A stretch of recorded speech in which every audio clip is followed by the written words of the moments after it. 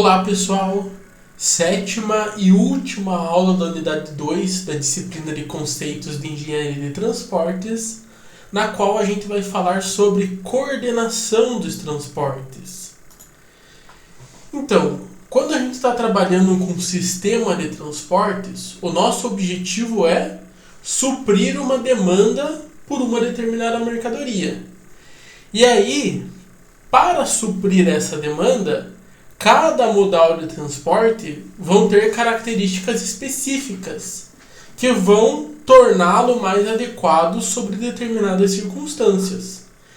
E aí que entra a coordenação de transportes, que tem o objetivo de aproveitar da melhor forma possível as qualidades dos diversos modais de transportes, de forma a otimizar deslocamento de pessoas e bens, ou seja, um serviço de transporte a gente pode fazer com um único modal e ter uma determinada característica e um determinado custo, ou com vários modais que se adaptam melhor a determinadas condições.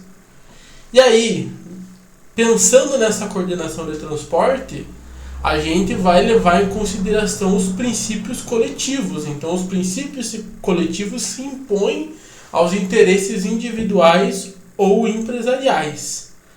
E aí, todos os modais de transportes devem se ajustar para obter a melhor eficiência possível, priorizando viabilidade de utilização e redução de custos. E aí, para que a gente promova a coordenação de transportes da melhor forma possível, é importante a gente conhecer as características de cada modal. Então a tabela aqui do nosso slide traz as 6 principais características que a gente busca no modal de transporte relacionadas aos 5 modais que a gente trabalhou aqui na nossa disciplina. Então vale a pena aí vocês pausarem o vídeo e darem uma olhada com calma para comparar qual característica cada modal tem e em qual característica um modal de transporte se impõe ao outro.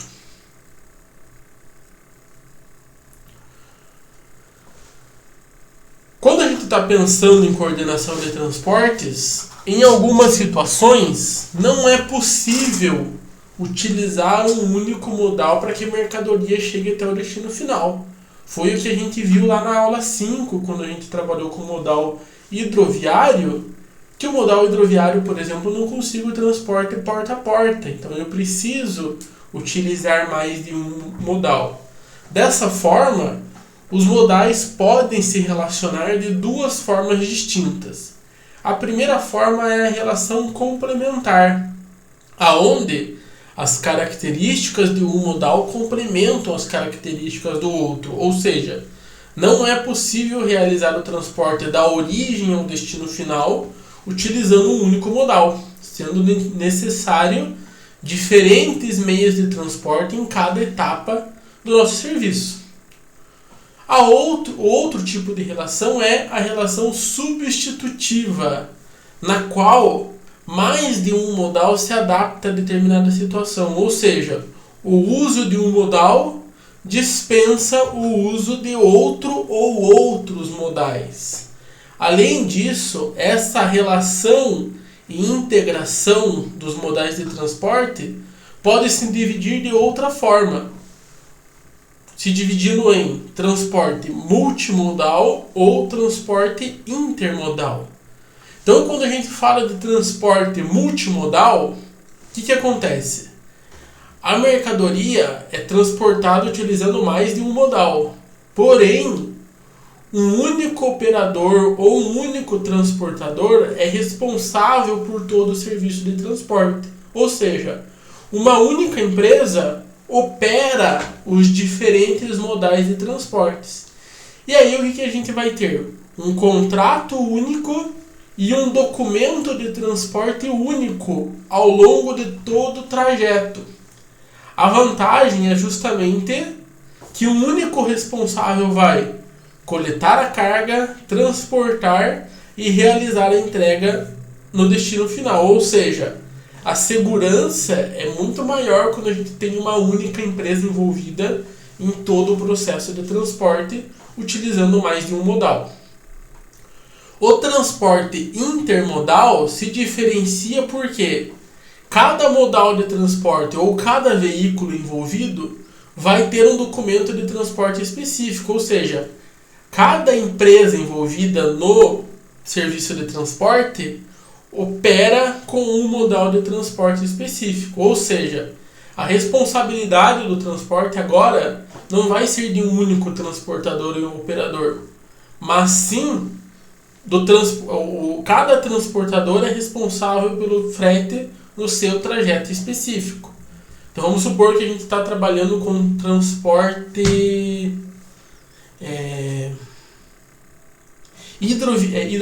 rodoviário e aeroviário ao mesmo tempo. Então, e com transporte intermodal.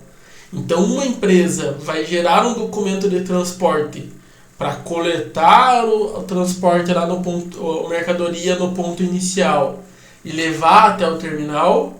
Uma segunda empresa vai ser responsável pelo trajeto aéreo, gerando um segundo documento. E uma terceira empresa vai coletar a mercadoria no terminal e levar até o destino final, gerando um terceiro documento. Então eu tive 3 empresas envolvidas no serviço de transporte. Se eu tivesse esse transporte com o transporte multimodal, eu ia ter essa integração. Rodoviário coletando, trajeto no trecho aéreo e rodoviário levando até o destino final. Mas tudo com um único documento e uma única empresa responsável. Para que um modal de transporte funcione de forma adequada, um dos elementos é extremamente importante. Então, quando a gente falou de sistema de transportes, o que a gente viu que tem dentro do sistema? Veículos, vias, terminais e elementos de controle. Para que a gente tenha a coordenação de transportes adequada, o elemento mais importante é o terminal. E esses terminais precisam ter boa performance e equipamentos adequados. O que são esses terminais? Relembrando, são basicamente os pontos extremos, ou seja, início e fim do nosso sistema de transporte, ou pontos intermediários, onde a gente pode ou não realizar transbordo de carga de um determinado deslocamento. Nesses terminais são realizadas operações de embarque, desembarque e transferência de cargas e pessoas dentro do mesmo modal ou em modais diferentes. E aí a gente consegue classificar esses modais com relação às atividades desenvolvidas e descrever operações que ocorrem dentro dos terminais. Então, com relação à classificação, a gente pode ter terminais classificados conforme os serviços logísticos. E aí a gente tem terminais de movimentação e arranjo de cargas, aonde a gente executa descarregamento, ruptura de carga, que a gente chama de picking, reagrupamento, que é o packing. Então a gente pode ter uma carga numa embalagem de grandes dimensões, a gente promove o picking dessa carga e reagrupa em cargas de pequenas dimensões, em pacotes de pequenas dimensões. A gente pode fazer armazenagem, carregamento e despacho de mercadorias. Além disso, a gente pode ter terminais de acabamento de produção dentro dos serviços logísticos, que são aqueles que fazem transformação física da mercadoria, possuindo operações de etiquetagem, empacotamento, acondicionamento e coprodução. Com relação aos modais de transporte que operam nos terminais, a gente pode classificá-los de 3 formas. Terminal unimodal, atende um único modal. Intermodal, atende mais de um modal de transporte com conhecimento de carga, ou seja, com emissão de documentos distintos para cada modal. Ou a gente pode ter multimodal, que atende mais de um modal sem conhecimento de carga. Então eu tenho simplesmente operações de transbordo sem geração de documentos distintos. Com relação à utilização, a gente pode classificar os terminais em geral, que operam com com diversos tipos de carga, ou especializados, que operam com tipos específicos de carga. Com relação à finalidade, os terminais podem ser concentradores, ou seja, eles vão concentrar cargas na região que produz ou na região que gera a carga, que gera a demanda de transporte. A gente pode ter o terminal beneficiador, que vai beneficiar e melhorar a mercadoria, agregando valor a essa mercadoria ou carga. Terminal regulador, que o objetivo é armazenar carga para homogeneizar ou regular fluxos de transportes. Então o terminal regulador, por exemplo, é bem comum no modal dutoviário, onde esse terminal ele armazena a carga por um período de tempo e vai liberando lá nos meus dutos conforme a demanda por aquele material. E por fim, o terminal distribuidor, que vai concentrar as cargas para distribuição e consumo em determinadas regiões. E por último, a gente pode classificar os terminais conforme o nível de informatização, sendo que esse nível ele é acumulado, ou seja, um nível superior tem as suas próprias características somadas à característica do nível inferior. Então, por exemplo, terminais de nível 0, eles realizam atividades de natureza físico-operacional e a informatização é apenas das atividades burocráticas. Terminais de nível 1 tem a informatização da atividade burocrática do nível 0, mais informatização das operações que são realizadas dentro do terminal, como chegada, carga, descarga e saída de veículos. Nível 2 tem toda a informatização no nível 0 e 1, mais um sistema informacional da plataforma logística atingindo embarcadores e clientes, ou seja, eu tenho informatização do que acontece dentro do terminal, mas eu tenho informatização das embarcações que chegam até o meu terminal e dos clientes que vão receber a minha mercadoria. E por fim, terminais de nível 3 tem o sistema informacional da plataforma logística integrado estrategicamente com o canal de mercado ao qual está associado. Então é o nível mais alto de informatização do nosso terminal.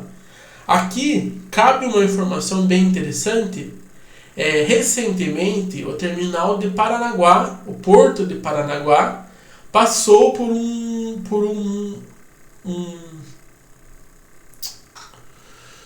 como é que eu posso dizer? Passou por um processo de informatização. Então foram implementadas novas ferramentas de informatização que resolveu um problema bem antigo do porto de Paranaguá.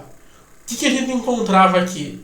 Basicamente, filas muito extensas de caminhões e motoristas que às vezes levavam mais de um dia para fazer a carga e descarga do seu caminhão. Por quê? Porque todos os motoristas chegavam na mesma hora no terminal e a descarga do navio levava um certo período de tempo. Com a informatização, hoje você consegue agendar horários. Então você consegue agendar o horário de chegada, você sabe exatamente quanto tempo vai levar a tua carga ou descarga e agendar o horário de saída. Ou seja, eu não tenho mais aquele acúmulo de veículos. Por quê? o motorista agenda com antecedência o seu horário para carga e descarga e chega lá e é atendido no horário de chegada. Então isso melhorou muito a logística dentro do terminal de Paranaguá. Com relação às operações que ocorrem dentro dos terminais, a gente destaca as seguintes. A primeira é a transferência, que é o deslocamento de um lote de carga numa longa distância, aonde a carga é embarcada no terminal A em uma cidade X e desembarcada no terminal B em uma cidade Y. Então a transferência é basicamente deslocamento em longas distâncias. Milk Run é basicamente uma operação de transporte aonde a empresa vai buscar seus insumos nos fornecedores. Então a empresa que faz a manufatura de algum produto faz a coleta dos insumos da matéria-prima com os fornecedores. E aí, com isso é feito agendamento de dia, horário, insumo desejado e quantidades desejadas. Com isso, eu tenho um sistema logístico mais eficiente. Por quê? A empresa que executa o Milk Run consegue programar uma sequência de retirada junto aos fornecedores. Então, o meu motorista, quando ele vai fazer a coleta desses insumos, ele tem um trajeto bem específico e um trajeto lógico que permite o melhor aproveitamento das viagens. Piggyback é a operação onde o transporte de um veículo é feito por outro veículo. Então é bem comum de transporte rodoviário, onde veículos que saem da indústria e são exportados, ou veículos que são importados e precisam chegar até o seu ponto de origem final, são transportados por outros modais de transportes. Carga fracionada é aquela carga que não alcança a lotação total do veículo, sendo consolidada com outras cargas que possuem características semelhantes. Então, geralmente, a carga fracionada acontece em terminais que trabalham com diversos tipos de mercadoria, aonde geralmente a gente utiliza um sistema de unitização das cargas, ou seja, a gente vai ter um container e se a gente trabalha com carga fracionada, aquele container não vai ser cheio com uma única mercadoria, vai ser cheio com mercadorias diferentes de modo a otimizar o uso daquele container. Carga cheia é aquela carga que ocupa o volume completo do veículo, que geralmente acontece com mercadorias a granel, por exemplo. Transbordo. Então, o transbordo é a operação que ocorre dentro de um terminal, aonde a carga sai de um veículo A para um veículo B, podendo ser esse veículo B do mesmo modal ou de modais diferentes. Ou seja, o transbordo pode ser unimodal, multimodal ou intermodal. E durante essa operação de transbordo pode ser sem armazenagem, eu simplesmente faço o transbordo direto de um veículo para o outro, ou com armazenagem, onde o material, a mercadoria é retirada do veículo A, armazenada no terminal e posteriormente colocada no veículo B. Penúltima operação é a de cross-docking, onde produtos perecíveis cruzam o armazém de um terminal. Então eles não ficam armazenados durante muito tempo. Eles são recebidos no terminal e rapidamente transportados para o ponto de venda. Então, geralmente o cross-docking está envolvido com operações de transbordo direto. E a consolidação consiste em criar grandes carregamentos a partir de vários pequenos carregamentos, resultando em economias de escala, ou seja, otimizar o uso do meu modal de transporte. E aí é necessário bom gerenciamento, pois é preciso analisar cargas que podem esperar para serem consolidadas sem gerar atrasos e comprometer a qualidade do serviço. Ou seja, é bem comum, por exemplo, quando a gente faz compras online, que é um volume pequeno de mercadorias, e aí a gente tem um determinado prazo de entrega. Por quê? Porque aí a empresa logística responsável pelo transporte espera ter um volume considerável de mercadorias para entregar em um determinado ponto da cidade. Então ela vai armazenando esses pequenos carregamentos até ter um grande volume de produtos para serem levados até o ponto de destino final. E é o que acontece, por exemplo, relacionado a esse sistema de informatização do Porto de Paranaguá que eu comentei. Então, pequenos carregamentos feitos pelos caminhões ou por trem são acumulados para transporte em um determinado navio, por meio da consolidação. E aí, para finalizar a nossa aula de coordenação de transportes, é importante a gente falar sobre logística de transportes. Então, a logística, de maneira geral, trabalha com o fluxo de informações da cadeia produtiva, tanto de informações como de produtos. E aí, o processo de transporte, ele integra essa cadeia logística e é talvez o elemento mais importante dessa cadeia logística. Justamente porque é o serviço de transporte que faz a ligação entre os elementos de um canal de distribuição, entre o produtor, o responsável pelo transporte e o consumidor final, e permite que eu consiga disponibilizar o produto em local, tempo e quantidades requeridas pelo consumidor, agregando valor à mercadoria. Então, dentro de uma logística, de um sistema de logística, o transporte em si representa a maior parte dos custos, entre 30% e 60%. Pensando na cadeia logística brasileira, a gente está baseado em 3 modais: ferroviário, rodoviário e hidroviário. Aí a gente já vê um problema. Por quê? A gente não utiliza todos os modais disponíveis. Então a matriz de transportes brasileiras está baseada nesses 3 modais. E aí, esses modais eles estão utilizados de forma distorcida e ineficiente. Por exemplo, a hidrovia, apesar da matriz de transportes brasileira se basear no modal hidroviário, as hidrovias são praticamente inexistentes. Então a gente tem um grande potencial subutilizado.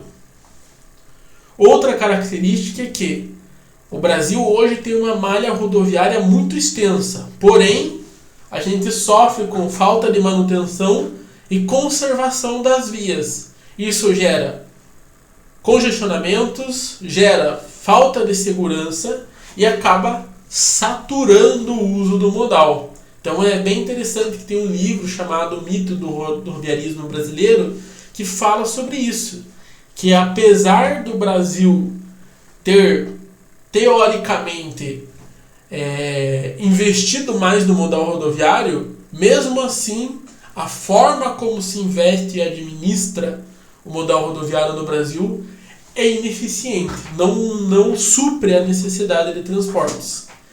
Com relação ao último modal brasileiro, a malha ferroviária é muito baixa e necessita de manutenção e modernização, porque ela está muito próximo de atingir o limite da sua capacidade, ou seja, está próximo da saturação também. Além disso, há uma crescente demanda por melhorias na mobilidade urbana, principalmente em grandes cidades, onde o trânsito afeta produtividade e qualidade de vida. Então, em resumo, a gente vê que o Brasil precisa investir largamente em coordenação de transportes, de forma a variar os meios de transporte que a gente utiliza e utilizar o meio de transporte de modo a otimizar as qualidades de cada um deles, gerando uma redução de custo e aí gerando menos custo para o consumidor, qualidade de vida e aumento da produtividade. Então a gente encerra por aqui a unidade 2. Na próxima unidade a gente vai trabalhar com políticas de transportes.